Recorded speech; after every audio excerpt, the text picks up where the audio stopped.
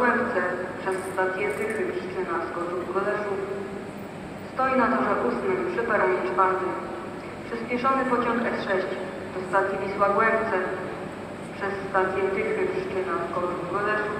Stoi na torze 8 przy peronie 4. Planowy odjazd pociągu o godzinie 11:13.